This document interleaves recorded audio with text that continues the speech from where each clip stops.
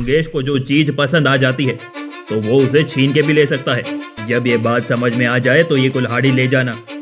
संकेत नगर नामक गांव में मधुसूदन नाम का एक लकड़हारा रहता था जो बहुत गरीब था। वो अपने पत्नी और 2 बच्चों के साथ गांव के उत्तरी छोर पर रहता था। वो रोज जंगल में लकड़ी काटता और उसको बेचकर अपने परिवार का किसी तरह गुजारा करता था। मधुसूदन की पत्नी सुनीता बहुत ही समझदार और सुशील स्वभाव की थी। सुनीता गणेश जी की परम भक्त थी। वो अपने पति के आलसीपन और रुष्ट स्वभाव से परेशान रहती थी। मधुसूदन के खराब आचरण की चर्चा पूरे संकेत नगर को थी। एक दिन उसकी पत्नी बोली, सुनिए जी, बच्चे बड़े हो रहे हैं, उनको स्कूल में दाखिला कराना होगा और सुहानी की शादी का भी प्रबंध करना होगा। कैसे करेंगे ये सब? जो कुछ भी लकड़ी बेच कर लाते हैं उससे तो मुश्किल से बस परिवार का पेट भरता है। यहाँ तक कि अगर एक सदस्य ज्यादा हो जाए तो उसको भूखा रहना पड़े। क्या मैं घर में बैठा रहता हूँ जो तुम मुझे प्रवचन दे रही हो? भगवान ने जन्म दिया है तो बाकी का भी इंतजाम वही करेंगे। आप भी कैसी बातें करते हैं जी, आप तो बस भगवान भरोसे ही रहते हैं। इसके बाद मधुसूदन लकड़ी काटने जंगल की तरफ निकल गया। मधुसूदन के पास केवल एक कीमती चीज थी, उसका घोड़ा, जो मधुसूदन के पिता एक मंगोलियन व्यापारी से खरीदे थे, जिसे मधुसूदन प्यार से मंगल बुलाता था। और मधुसूदन मंगल को अपनी जान से भी ज्यादा मानता था। आसपास के गांवों में उसके जैसा घोड़ा किसी के पास नहीं था। मधुसूदन को यह भी खबर थी कि गांव के मुंगेश टोटा जमींदार की नजर उसके मंगल पर थी।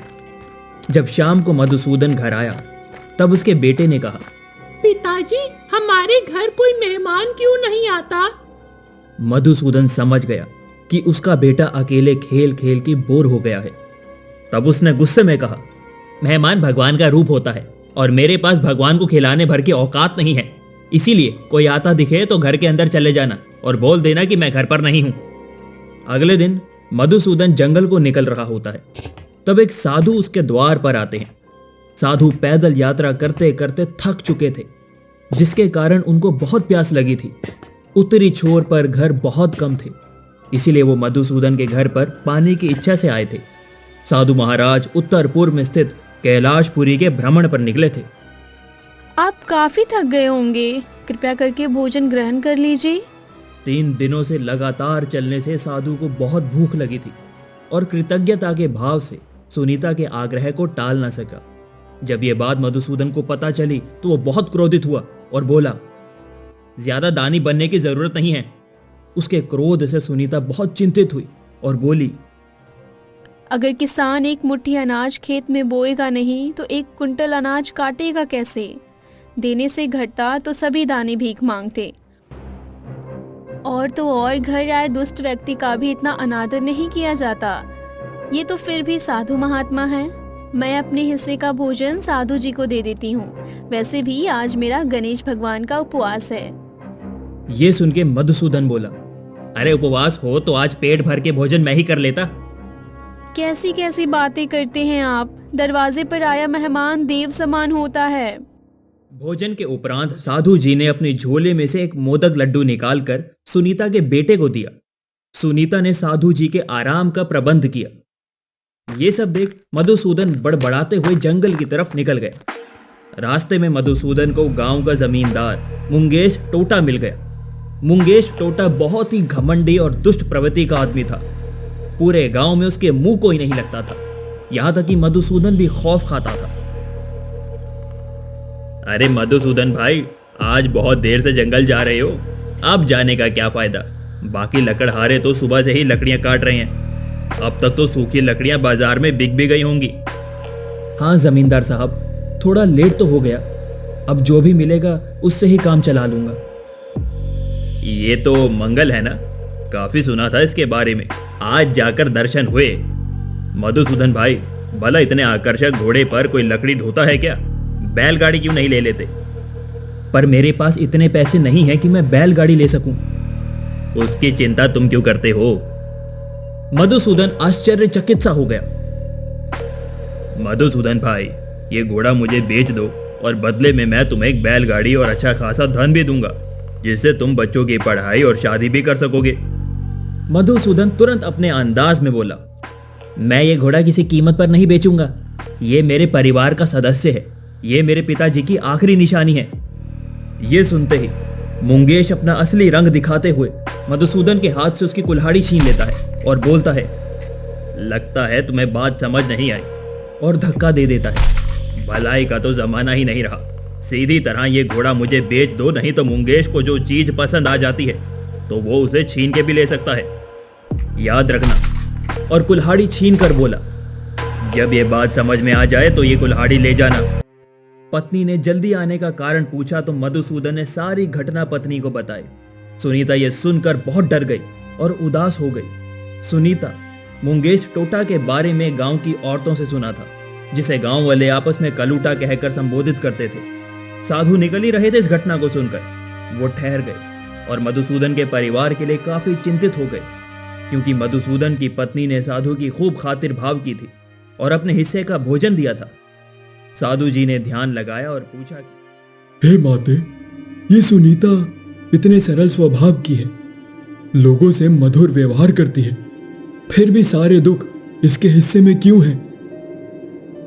तब आकाशवाणी हुई कि हे पुत्र, उसके भाग्य में जो लिखा है उसे भोगना पड़ेगा। ये सुन साधु महाराज ने कुछ निश्चय किया और मधुसूदन को अपने पास बुलाया।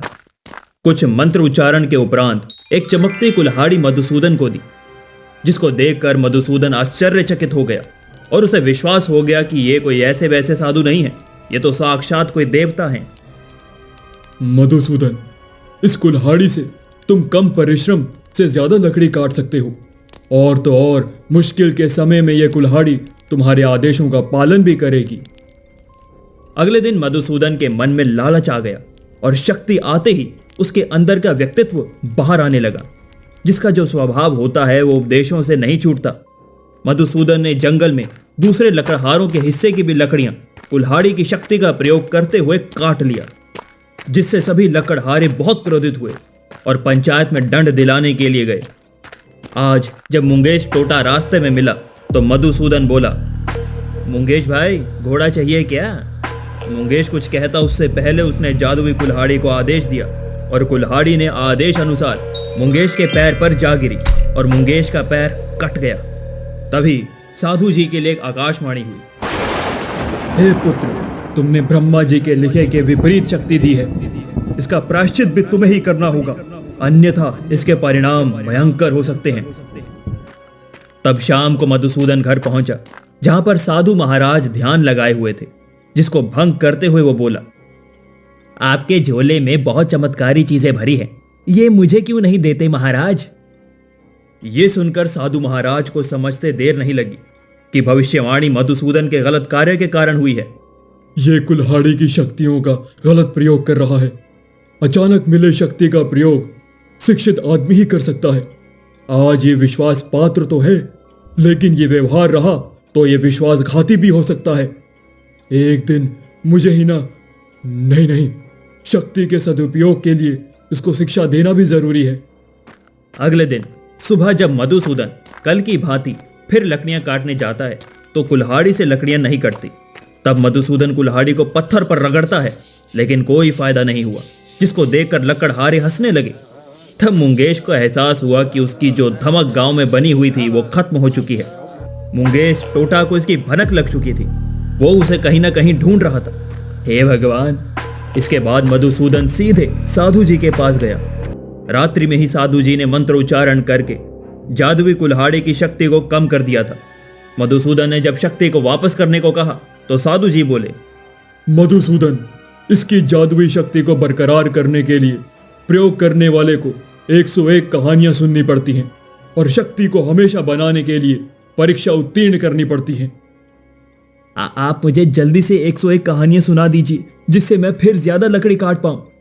ठीक है, आज संध्या बेला से प्रारंभ करते हैं। साधु जी ने परीक्षा देना प्रारंभ किया। जैसे जैसे कहानी आगे बढ़ रही थी, मधुसूदन का व्यवहार परिवर्तित हो रहा था, जिसका एहसास मधुसूदन को नहीं था। कहानियां खत्म हो गई थी, अब परीक्षा लेने का वक्त था। साधु जी ने विश्वनीयता का परीक्षा लेना उचित समझा।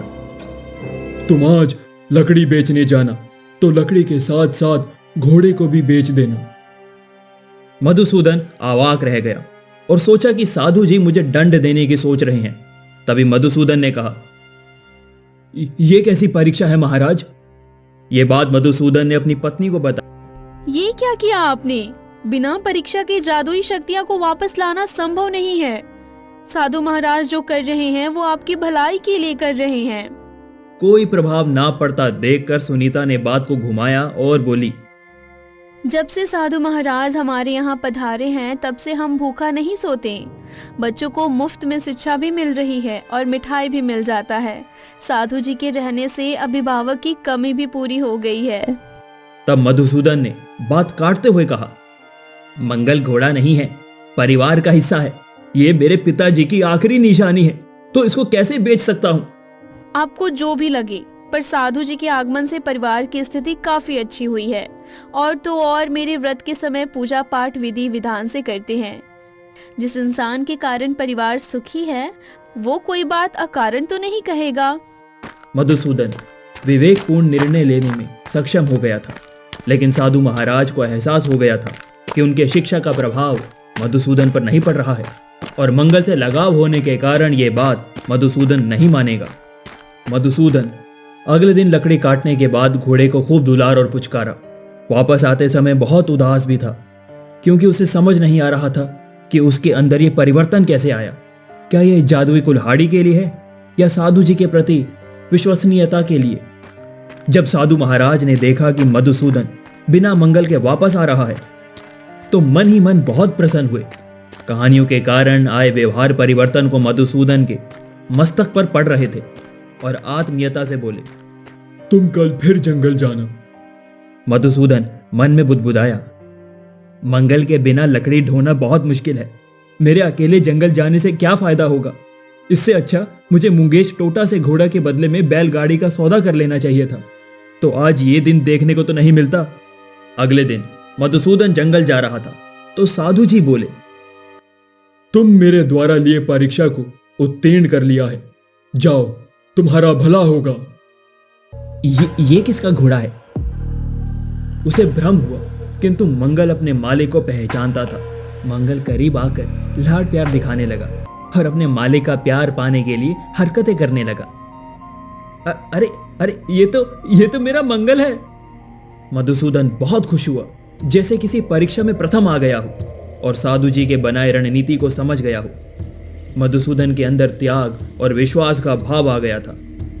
वत्स, मुझे विश्वास हो गया था कि मधुसूदन अब कुल्हाड़ी की शक्तियों का प्रयोग एक शिक्षित व्यक्ति की तरह करेगा।